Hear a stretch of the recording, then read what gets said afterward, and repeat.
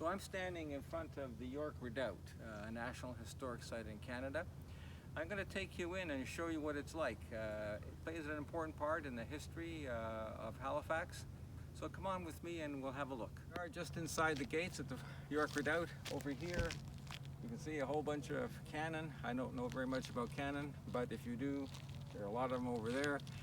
Great big open ground, probably used for mustering and parades. As you go along here, you can see some buildings. We'll come a bit closer to them later. Many of those date from the 1700s, 1800s. Some have been modernized because this area was used during World War II.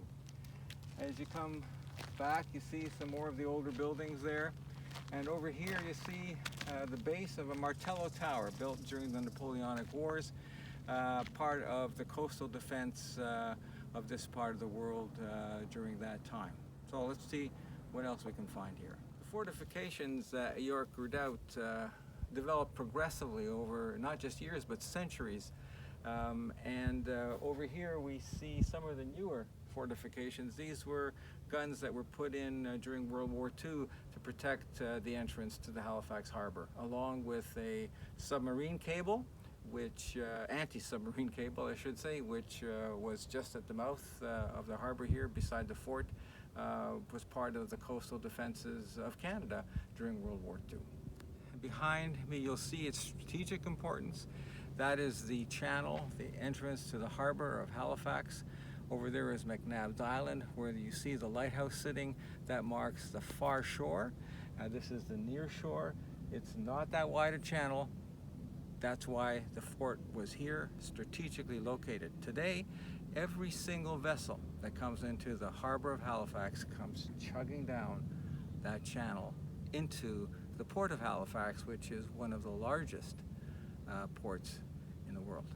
As I said before, the York Redoubt was built in stages, with each stage reflecting the historical period, including the technology and the tactics of the day, although the function similar, defense of the route into Halifax. I'm going to show you some of the older parts of the fort right now. You can see here, this is not a new wall. Come with me as we find some of the older parts.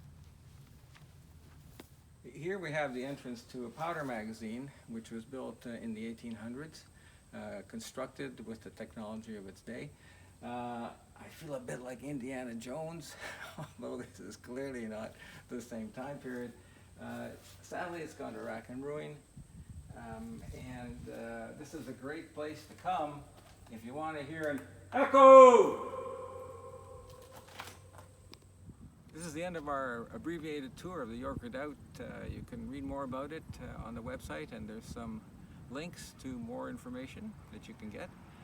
Behind me is the command site from World War II, where the officers would be able to identify where the ships were coming or the enemy was coming, send information to the gunners, who then would shoot without even being able to probably see the vessel they were shooting at.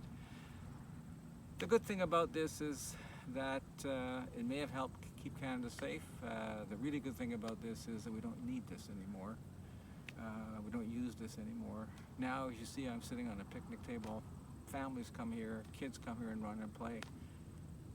My hope, like all of yours, is that at some point in time, the whole world will be like this, when we will look at implements of war and say, that's how things were then, that's not how things are now.